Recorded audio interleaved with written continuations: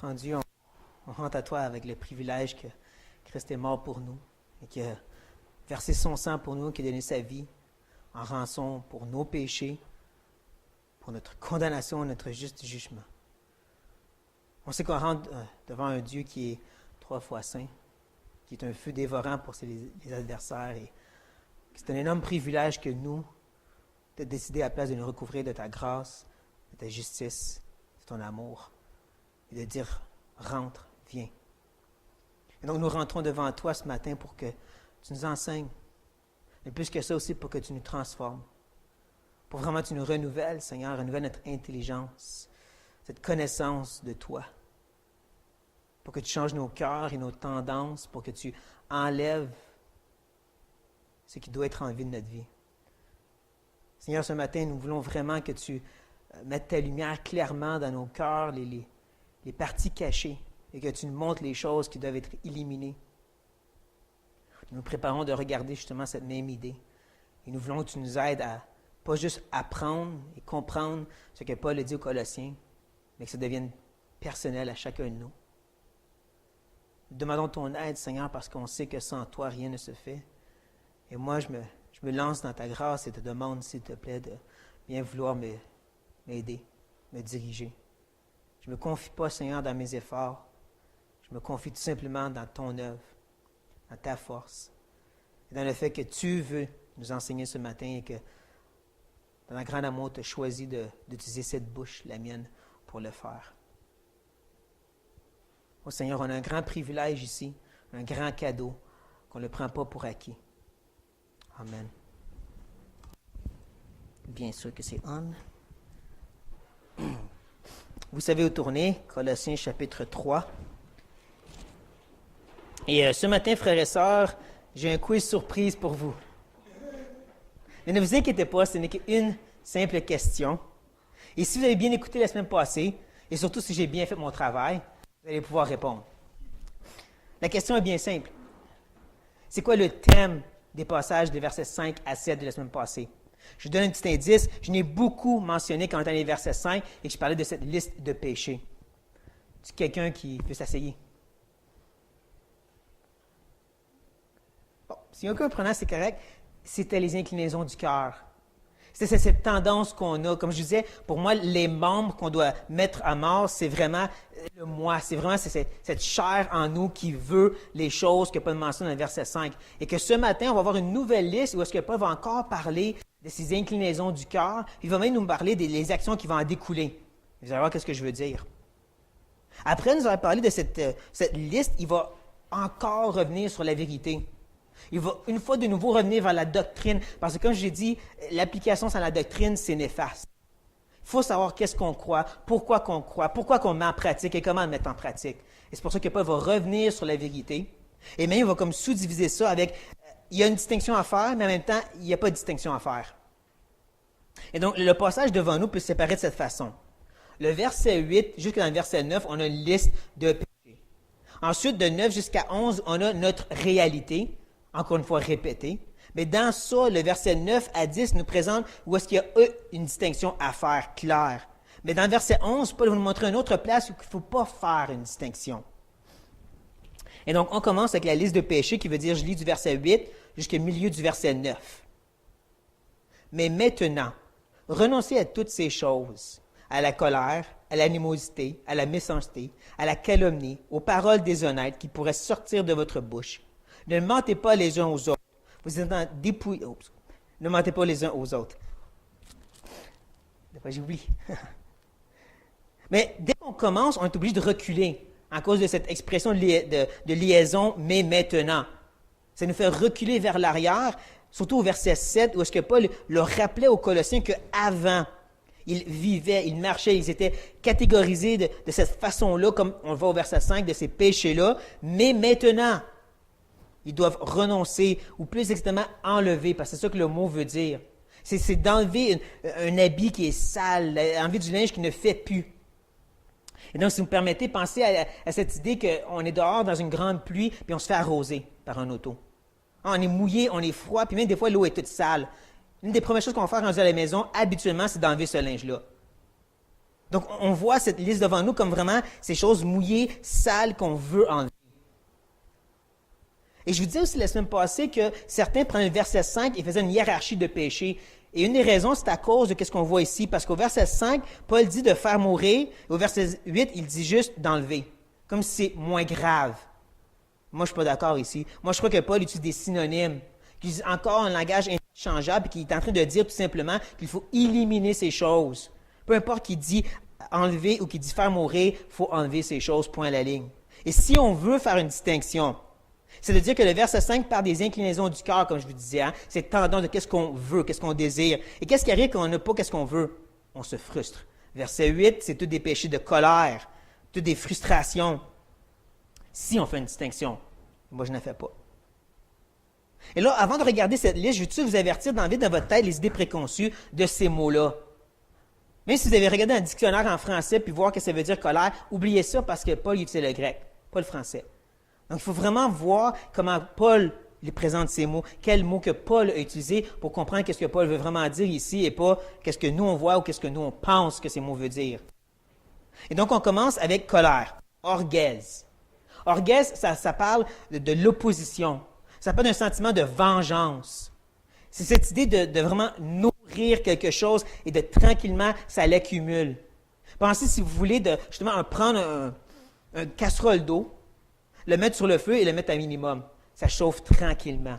Et à chaque fois que ça ne va pas bien, quelque chose que tu n'aimes pas, tu ajoutes un petit peu en 2, 4, 6. Ça continue à chauffer un peu plus. Mais ça reste comme ça chauffe, ça s'accumule. Ça, c'est orgèse. C'est l'idée que tu nourris ce monstre de frustration, toujours un petit peu plus.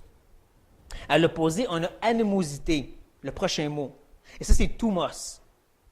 Thumos, c'est littéralement, ça veut dire de respirer violemment. Ça parle de vraiment une impulsion puissante de vouloir faire quelque chose de mal. C'est quelque chose qui est rapidement arrivé, mais rapidement arrêté. Donc, on prend ce même seau d'eau, alors on met au maximum d'un coup, ça bouille de partout, ça déborde, mais dès que tu l'enlèves, ça l'arrête. Ça, c'est thumos.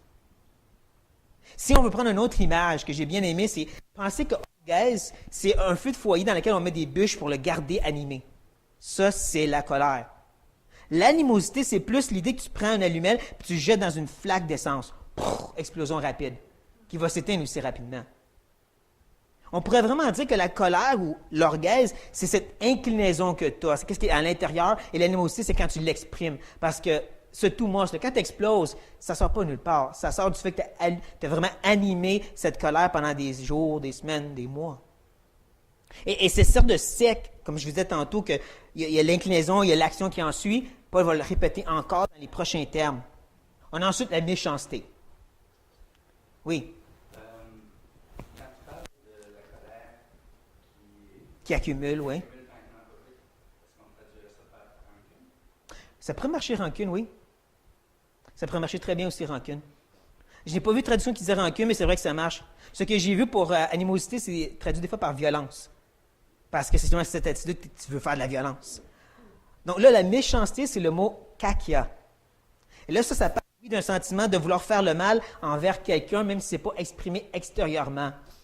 Cette idée que tu veux vraiment nuire à quelqu'un, c'est ton ennemi. Ça, c'est l'idée de méchanceté. Tu es mon ennemi. Et donc, comme je disais, ensuite, les deux prochains termes semblent montrer comment tu l'exprimerais. Tu aurais la calomnie d'un bord, puis tu aurais les paroles déshonnêtes. Calomnie, c'était plus clair. Calomnie, c'est le mot blasphémia.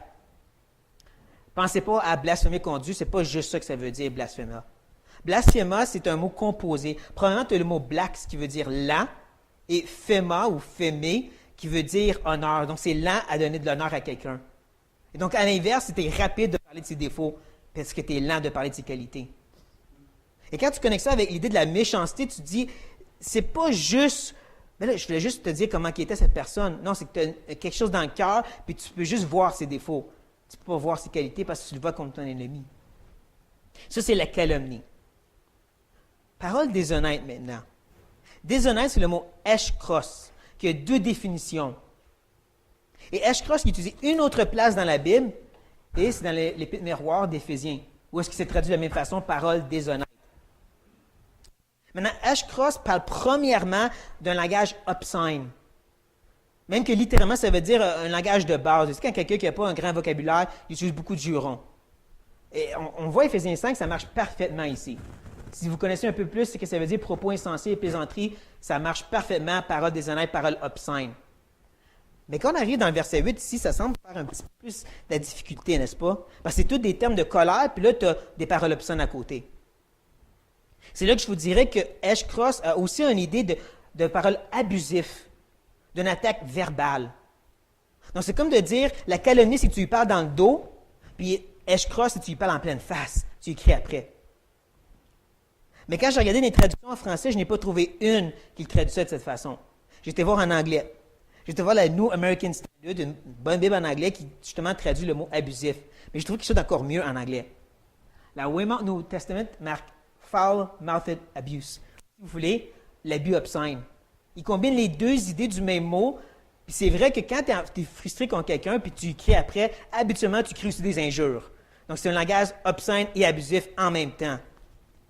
C'est pour ça que je vous disais que c'est comme si la méchanceté, c'est l'inclinaison du cœur qui s'exprime par le fait que tu vas parler dans le dos ou tu vas parler en pleine face avec plein de cris. Ça, c'est des choses qui ne doivent pas sortir de notre bouche, comme Paul il dit. Et là, ensuite, on a le mensonge qui est dans un autre verset, comme si c'était quelque chose à part. Et je comprends un peu pourquoi, parce que quand on regarde le verset 8, on voit qu'il y a déjà un impératif, renoncer, un commandement, il est là.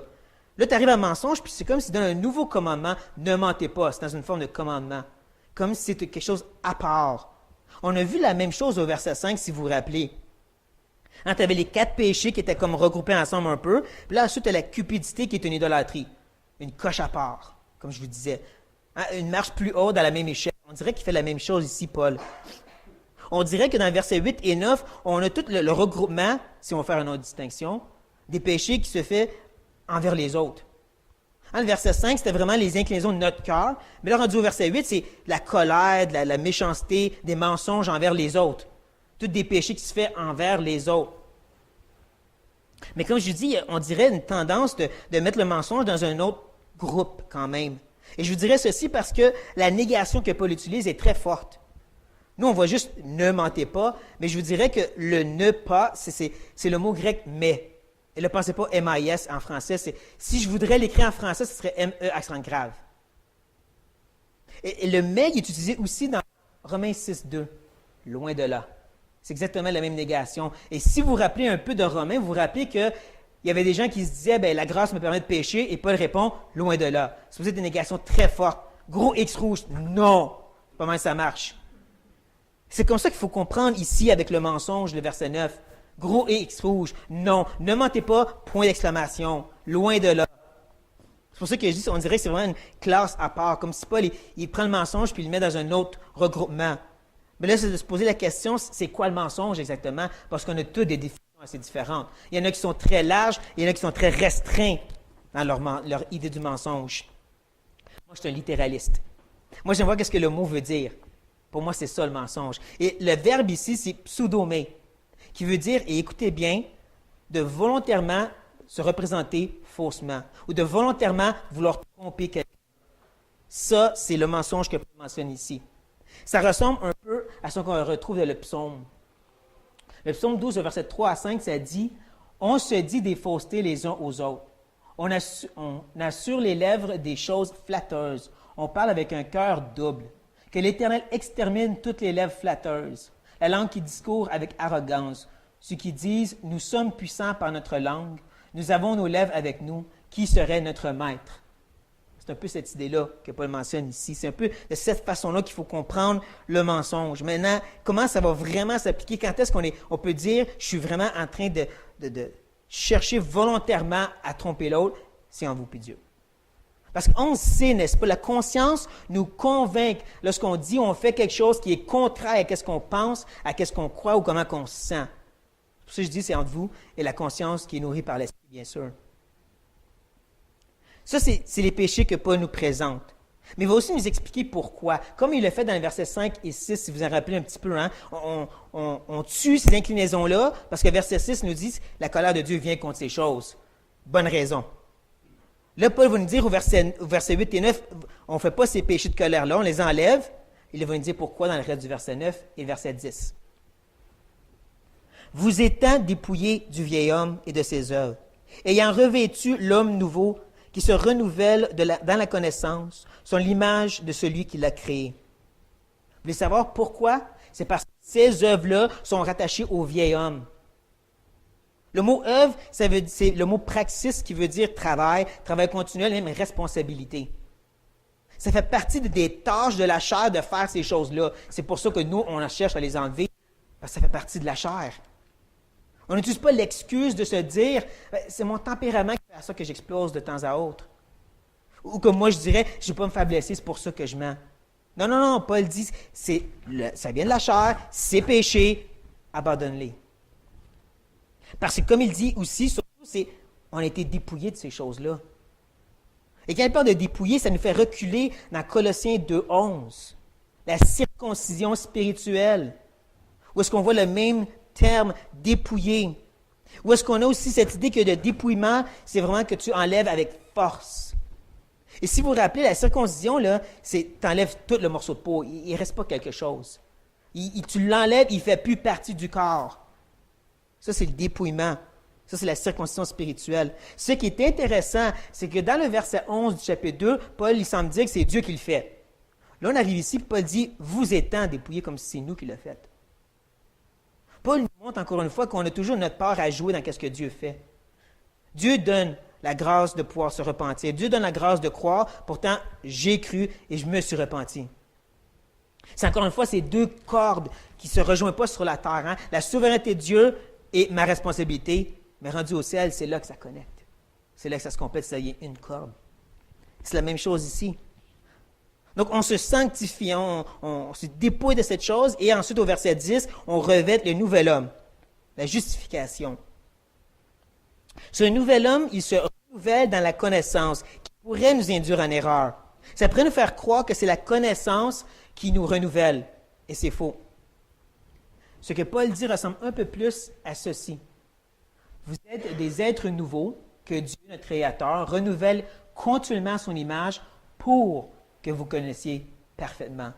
C'est ça que Paul est en train de dire ici.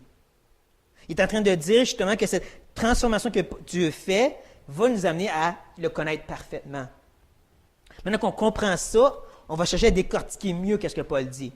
Commençons par le mot « renouvelle », qui est un mot composé et inventé. Oui, encore une fois, Paul il a inventé un mot grec, qui me donne la licence d'inventer des mots moi aussi. Non. Sérieusement, ce qu'on a devant nous, c'est le mot « anakrainou ». Et le mot il est composé premièrement de « ana » qui veut dire de monter ou un processus d'amélioration. Ensuite, tu as le « kainou ». Et c'est là que Paul il a comme changé un peu le mot. C'est le mot « kainos » qui devrait être là. Ça veut dire « renouveler ». Et le fait que Paul il a comme changé la terminaison puis il a mis « nous », et comme en français, ça veut dire « comme en anglais, ça veut dire « nouveauté »,« nouveau », c'est comme s'il dit que c'est un renouvellement qui est toujours nouveau. Paul se répète dans le même mot cette fois. Pour nous faire comprendre, c'est un renouvellement qui est toujours en train d'être nouveau. C'est pas juste ça change et des fois ça reste stagnant ou ça change parce que ça recule. C'est toujours en train de s'améliorer. C'est toujours un processus d'amélioration. Ça veut dire qu'il y a des fois quand on pense qu'on recule, on pense qu'on rétrograde, on pense que ça s'empire dans notre vie. En réalité, on est en train d'avancer en reculant. En réalité, Dieu est en train de nous transformer par cela. Il prend cette situation-là et c'est lui qui nous renouvelle. C'est toujours nouveau, mais que ça ne semble pas l'être. Quand on semble avoir tout gâché, en réalité, Dieu est en train de faire monter à un autre niveau, tout simplement. Ça, c'est le renouvellement. Et ce renouvellement, c'est pour qu'on soit à l'image de celui qui nous a créés. Qui nous ramène tout de suite dans Genèse chapitre 1, n'est-ce pas? Où est-ce que Dieu, le plan A qu'il avait, c'est que sa création soit à son image. Et qu'est-ce qu'on a fait avec ce plan A? On a cherché à le souiller par le péché. Et donc, le salut, c'est que Dieu veut restaurer cette vérité. Il ramasse les morceaux du miroir qu'on a cassés pour qu'on redevienne ce qu'on est supposé être, des réflecteurs parfaits de Jésus-Christ, être à son image. Et le mot image, c'est encore une fois le mot icône qu'on a vu dans la Christologie du chapitre 1. Chapitre 1:15, hein? Christ est l'image du Dieu invisible. Il est l'icône. Icône, ça veut dire c'est une représentation parfaite d'une source parce que ça puise directement de la source. Dieu qui a soufflé en nous son esprit, qui nous a donné une partie de lui qui va prendre de plus en plus de place jusqu'à temps qu'elle soit manifestée. veut nous transformer à cette image-là, justement. Et c'est ça qui va affecter notre connaissance. C'est ça qui va changer notre compréhension de qui Dieu il est. C'est plus le fait qu'on va juste savoir ses commandements ou connaître ses attributs, c'est qu'on va les expérimenter. Parce que justement, c'est le mot ici « epignosko » qui veut dire une connaissance expérimentale. Et comme ça dit aussi, c'est une connaissance qui va être parfaite, qui va être complète, qui va être totale. C'est comme si, en nous transformant, il nous permet de rentrer de plus en plus proche de sa présence, qu'on puisse plus voir, plus goûter, plus ressentir qui est ce Dieu. C'est vraiment de devenir à avoir cette connaissance qui était en Jésus-Christ. C'est la connaissance qu'il avait, le Fils, il savait la volonté du Père et il la faisait. On parle souvent de cette importance de mettre en pratique ce qu'on apprend. Mais la connaissance que Dieu donne dans le renouvellement, c'est le fait qu'on va le mettre en pratique, ce qu'il va nous faire. C'est ça la connaissance que Dieu donne. C'est le connaître comme lui nous a connus, 1 Corinthiens 13. C'est cette sorte de transformation de notre esprit où qu'on va savoir et croire que la volonté de Dieu est bonne, agréable et parfaite. Romains 12, 2. C'est ça que Dieu fait. Et c'est à ce point qu'on dirait, c'est parfait, la conclusion est ici, n'est-ce pas? Ça devrait terminer sur ce beau point-là. Pourtant, Paul a dit, j'ai d'autres choses à vous dire encore. Parce qu'il vient nous présenter la différence entre ce vieil homme qu'on a envie, qui est en train de dépérir, qui est bon à rien, et le nouvel homme qui se renouvelle, toujours nouveau, toujours meilleur. Il va dire, mais il y a une autre place qu'il ne faut pas faire une distinction, ou qu'il n'y a pas de différence. Et ça, c'est le verset 11. Il n'y a ici ni grec, ni juif, ni circoncis, ni incirconcis, ni barbare, ni scythe, ni esclave, ni libre, mais Christ est tout en tous. Je vous disais tantôt que le verset 10, sans mettre la conclusion, mais je vous dirais vraiment que le verset 11 nous donne l'apogée. Et vous allez voir pourquoi je dis ça à la fin. Premièrement, vous devez savoir qu'encore une fois, Paul utilise une négation très forte. On ne le voit peut-être pas en français quand il dit « il n'y a ici », mais en réalité, il est en train de dire c'est une impossibilité la plus totale qu'il y ait une distinction dans ces groupes-là. Mais même s'il n'y a pas de distinction, il faut comprendre qu'il y a quand même des différences, comme des différences de rôle. Ça, ce n'est pas enlevé. Et ça, je vais vous le montrer en regardant les 4 groupes que Paul nous présente. Alors, il y a les peuples, il y a la religion, il y a la culture, et bien sûr, enfin, il y a les classes sociales. Donc, on commence par les peuples. Ni grecs, ni juifs. Parce que dans ce temps-là, lorsque l'Empire romain est en train de prendre le contrôle de tout le monde connu, ce n'était pas la culture romaine qui apportait, c'est la culture grecque. C'est la philosophie, les mentalités hellénistes. C'était vraiment le fait que tu suivais les rudiments des Grecs. Donc, on pourrait dire comme à Colosse, quand ils ont été dominés par les Romains, ils ont amené l'idée grecque parmi eux, donc les Colossiens sont devenus comme des Grecs. Mais il y a juste un peuple qui est resté individuel, les Juifs. Les Juifs ont gardé leur langage, leur argent, leur façon de penser, leur religion. Ils ont resté un peuple individuel. Donc, dans ce temps-là, tu avais les Juifs et tout le reste, les Grecs. C'est un peu comme de dire dans l'Église, il y a des familles haïtiennes, il y a des familles québécoises. Et il y a des différences. Les chrétiens haïtiens ne vont pas penser nécessairement pareil comme les chrétiens québécois.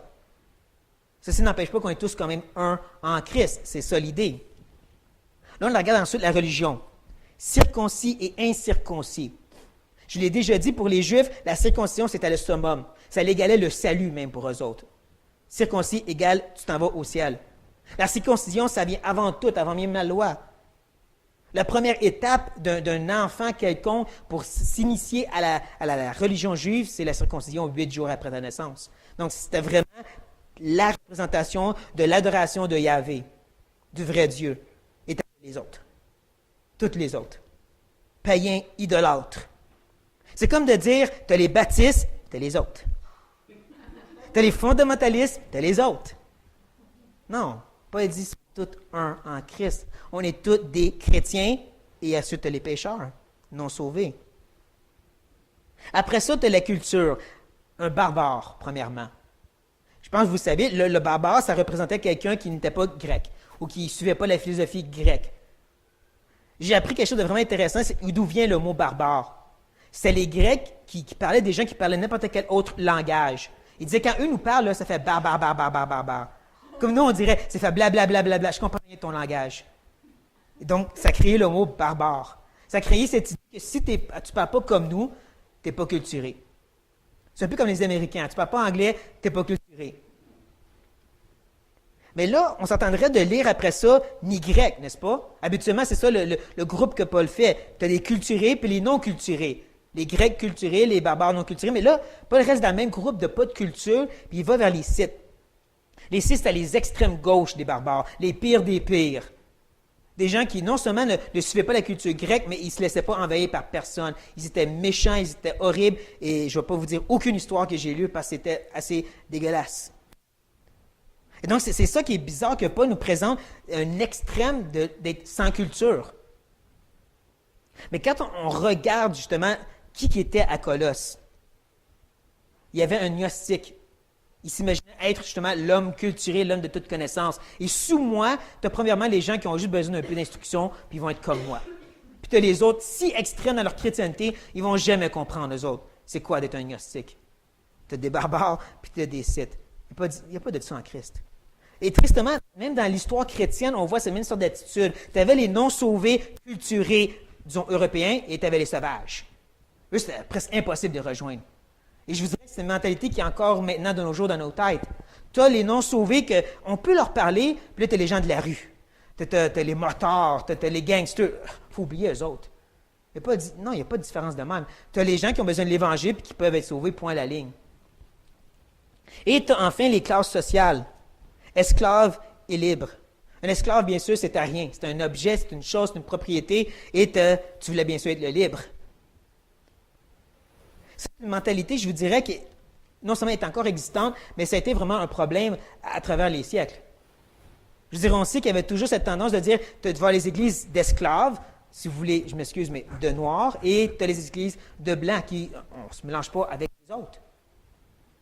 Mais même encore maintenant, où est-ce qu'il y a des pays qui ont été oppressés puis qui ne le sont plus maintenant, comme dans les coins de la Russie, bien, tu as les églises des gens qui oppressaient avant, qui ne vont jamais se mêler aux églises des gens qui étaient oppressés avant. C'est vraiment, on sépare ça, on ne se regroupe pas. Tu avais les anciens esclaves puis les anciens libres, puis on ne se mélange pas. Il y a toujours cette tendance-là qui existe, que Paul dit ici clairement, non, ce n'est pas supposé d'exister. Mais comme je dis, ceci n'empêche pas qu'il y a quand même une différence de rôle. Dans le reste de Colossiens 3 et même dans Colossiens 4, on va voir que Paul va dire aux maîtres et aux esclaves comment vivre entre eux. Il ne va jamais dire libérer les esclaves. Il ne va jamais dire ça, aucun des épîtres même. Donc, il y a toujours cette idée que les rôles restent là. Je dirais qu'il y a un cinquième groupe que Paul aurait pu mentionner et qu'il ne l'a pas mentionné. Je me demande s'il y a quelqu'un ici qui sait de quel groupe que je parle, qui reste. Il se retrouve dans Galates 3, 28. Femme et homme, exactement. C'est le seul que Paul ne mentionne pas, donc on ne peut pas en parler. Désolé. Mais à la place...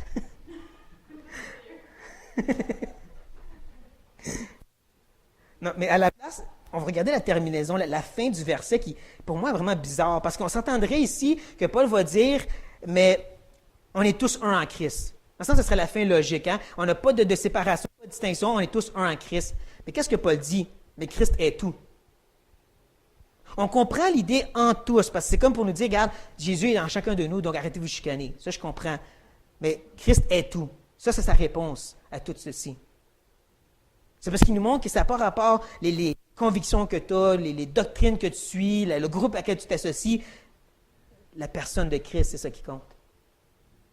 C'est ça qu'il n'aurait pas à nous dire dans toute l'Épître. Ce n'est pas nos idées, ce n'est pas qu'est-ce que tu connais, c'est la personne de Christ.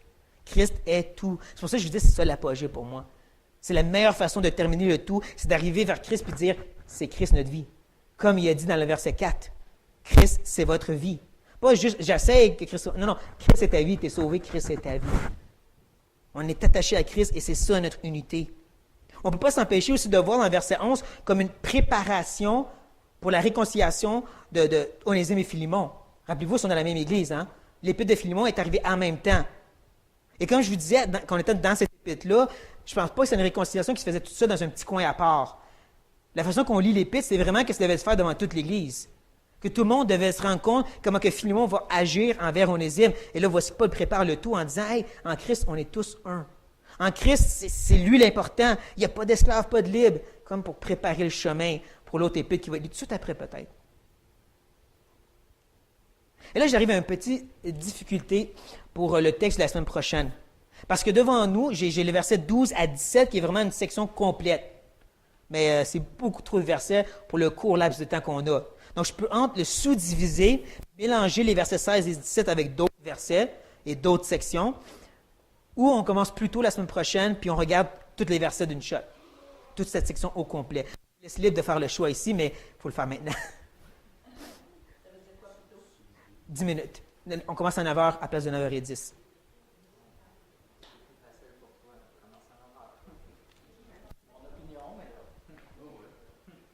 Est-ce qu'il y a de l'opposition? Levez la main si quelqu'un a une opposition. Bon, parfait, encore. 9h la semaine prochaine. Mais c'est ça, je vous dirais, on va regarder ensemble. On va regarder ensemble les versets 12 à 17. Donc, prenez le temps de regarder, vous allez voir, c'est vraiment une entité, c'est un regroupement total. Ce serait dur de couper en quelque part parce que c'est vraiment que Paul complète cette idée des choses qu'on doit mettre en pratique. Puis ensuite, il va commencer à parler des devoirs domestiques, de vraiment entre nous. Mais là, j'arrive à un impasse face à quelque chose que tous les enseignants font face des fois, puis c'est comment on met en pratique ce passage. Là, venez pas me dire, mais c'est facile, il faut enlever ces choses de notre vie. Ça veut dire quoi, ça, d'enlever ça? J'ai trouvé que j'ai vraiment fait ma tâche la semaine passée quand tout ce que je vous ai dit, c'est qu'on doit faire mourir les inclinaisons. Ça veut dire quoi, ça, faire mourir les inclinaisons? C'est pas l'ignorer, parce que c'est ça qu'on fait souvent. Hein? Je suis tenté de faire quelque chose, et donc, ce que je fais, c'est que je vais lire la Bible ou je vais voir des chrétiens. C'est l'ignorer. C'est pas y faire face. C'est pas comme on voit ici, cette idée qu'il faut que tu combattes contre cette chose. Tu la mettes à mort. Il faut que tu l'attaques. Donc, comment? C'est quelque chose que j'ai lutté avec toute cette semaine, que j'ai médité, que j'ai prié dessus. Et je ne vous dis pas que j'ai la seule bonne réponse, ou même qu'une réponse qui va vous être satisfaisante. Mais ce que j'ai devant moi ici, c'est le verset 10. Cette idée que Dieu, dans son renouvellement, dans cette transformation, affecte notre connaissance, affecte justement la façon qu'on va réfléchir. C'est vraiment comme s'il met sa lumière au début de notre vie chrétienne sur le surface du cœur, puis il nous montre les grosses choses à enlever. Puis ensuite, il commence à explorer les cavernes souterraines, puis les trous de cupidité qu'il faut remplir, puis il nous montre comment le remplir. Si vous me permettez, tout simplement, en terminant, un petit exemple personnel. Je pense que je l'ai déjà confessé, mais j'ai vraiment des tendances colériques. Je suis quelqu'un d'orgueil. Je suis un expert pour mettre des bûches dans le feu puis le garder bien allumé pendant bien longtemps. Et donc, la première réaction que j'ai eue, c'est vraiment de demander au Seigneur de montrer d'où ça venait. Il m'a montré des grosses choses à enlever au début. Et c'est ensuite que j'ai commencé à réaliser que ma tendance devait être de confesser à chaque moment que je venais pour mettre une bûche. Qui veut dire qu'il y a eu des temps où est-ce que presque à chaque quelques minutes, j'étais en train de me confesser. Ça peut sembler extrême, mais c'est comme ça a commencé. Et ensuite, j'ai commencé à creuser sur, mais Seigneur, d'où ça vient tout ça? Et c'est là qui m'a montré justement les petites choses à enlever. C'est là qu'il a commencé à montrer que ça venait de ce désir d'avoir les choses à ma façon. Et ainsi de suite. Et donc maintenant, quand je viens pour mettre une bûche, j'ai plus la réaction de dire, non Seigneur. Et là, ce feu-là, il est beaucoup plus rempli de terre que d'autres choses. Et je ne dis pas ça pour vanter, je dis ça parce que c'est comme ça que je comprends ce que Dieu fait. Il te le montre, il te pousse à le faire, et tu viens à enlever ces choses. Mais le pire, c'est de justifier puis dire, c'est pas ma faute, je fais de même. Non, on l'appelle péché, on l'attaque ce péché-là, et on le confesse, même s'il faut qu'on le confesse 3, 4, 5 fois dans la même heure. C'est une telle action, et je vais vous laisser lire Matthieu Henry pour vous-même, et ensuite on va prier.